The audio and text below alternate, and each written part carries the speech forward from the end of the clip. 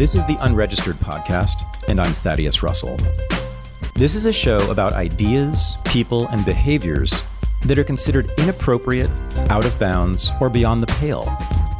The things you're not supposed to talk about if you're a school teacher, a college professor, a businessman, a politician, a parent, a neighbor, or even a podcast host. These are the things you're not supposed to say or even think if you're a good liberal, a good conservative, or a good citizen. Each week, I'll interview a person who has something bad to say. They might be a journalist or a professor. They might be a porn star or a drug dealer. They might just be an ordinary person with an ordinary job who doesn't care about the rules of polite society. I'm not interested in breaking the rules just to be a troublemaker. I'm interested in people who break the rules of conventional thought and to expand the scope of what is possible to say in our society. I'm interested in people who make me think. In April of 2016, I was flown to Atlanta to be a guest on a podcast that was hosted by Killer Mike, the great rapper of Run the Jewels, who was also at that time emerging as a major public intellectual. Mike's podcast was on the history of Reconstruction after the Civil War, and in particular, the history of Black resistance to white racist violence. So I was flown to Atlanta to be interviewed by Mike for this podcast. It turned out to be one of the greatest conversations I've ever had, and I was so excited to know that this would soon be public. But unfortunately, for many reasons I still don't know, that podcast was never aired, never produced, and no one would tell me why this interview was not being released. For years and years and years, I begged and cajoled the two producers of the show for that audio so that I could release it myself.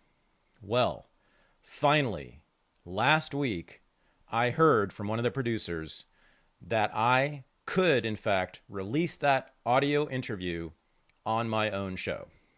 And so here it is for Patrons of Unregistered. This is my interview with Killer Mike.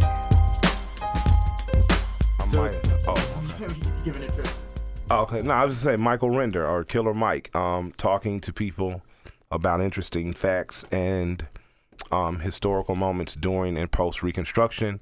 If you guys have been listening, you guys have heard me say many a time, so where the stories at when black people shot back? And today we brought someone in to talk about it, Thaddeus Russell, who is a history professor and has a book. What's the title?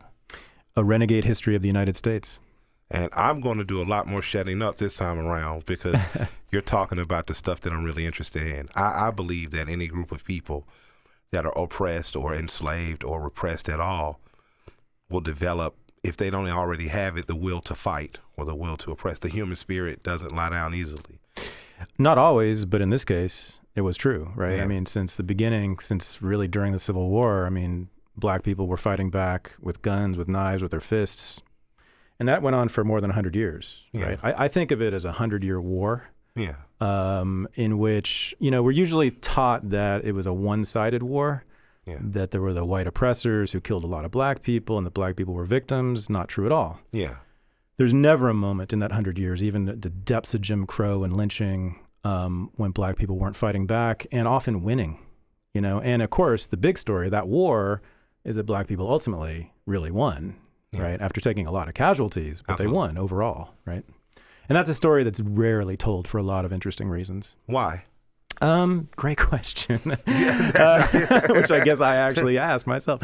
Well, okay, I think it has to do with, I'm going to say it, I think it has to do with liberalism. I think it has to do with white liberals who have controlled the academy for about 50 years now. And I think that their politics has been mostly, not entirely, but mostly about making black people into victims so that they, white liberals, can take care of them. Gotcha. So, beginning with the Great Society programs, the welfare state in the 1960s, right? That was really the discourse coming out of white liberals was, here's these victims that we need to take care of. We need to raise up and make like us. Yeah. right? To assimilate them into our culture, right? Yeah. Which to me is a different form of white supremacy. Gotcha. Right? Which is not the violent Ku Klux Klan white supremacy. It's the white supremacy of, oh, well, of course you want to be like us because our culture is the best. It's the Indian school version. Exactly. Like the Carlisle school. Exactly right. Yeah. So applied to blacks, beginning with the Civil War. I mean, so with the contraband camps in the Civil War, you had the Union soldiers instituting these rules for the slaves who came there. It said, we're not going to put you up and protect you and give you food and shelter and clothing unless you adopt our rules of behavior, our culture. If you had to be Christians the way we're Christians. You had to be married. That was a rule. You couldn't be taken care of by the Union Army and the contraband camps unless the slaves were married. And a lot of the slaves wanted to be married, but many didn't want to be married. So the contraband camps are essentially refugee camps. They were refugee camps for the enslaved slaves, Africans that are who now were escaping. liberated from the plantations, Gotcha. right? And so people think of that as just this wonderful moment where the Union Army is taking care of the slaves, and in part it was because they did offer protection from the Confederates. Yeah. But they also had all these rules that were essentially trying to make the slaves white. And that's another major story of Reconstruction that to me is never told or not told nearly enough. So tell it. I mean, it's worth telling, even, because I want to talk about, of course, the rebellions and things. Yeah. But this is, I'm one of those black people who's very pro-Constitution on a lot of things, especially Second Amendment. Sure. There's I'm from the South, so there's a fierce history here of hunting, of fishing, and of conservatism. Now, I'm not going to sit here and, push presidential candidates at you as much as I'm saying that prior to the welfare state, what I've learned, because I was raised by people who were born in 1922 and 1932, my grandparents, black people were very self-sufficient. My grandmother was educated not because of public schools, but because of the Methodist Church, because she was Methodist. Her family had been a victim of the Tuskegee experiment, and in the monies that they saved from sharecropping and got from that, they bought their own land. Hence making them sellers to the merchants in the stores there. So, their life was a little different. Wasn't better, but than any other hardworking farming society, but it certainly wasn't. They were no welfare case for anyone. So my grandparents were very adamant about us not being that, and I learned that becoming dependent upon the state was a relatively new thing for black people in the last 40, 50 years only. So I'd like to know more about that as we go into the armed rebellion, because if you're willing to arm yourself and shoot back, you got to be willing, you got to know you can take care of yourself.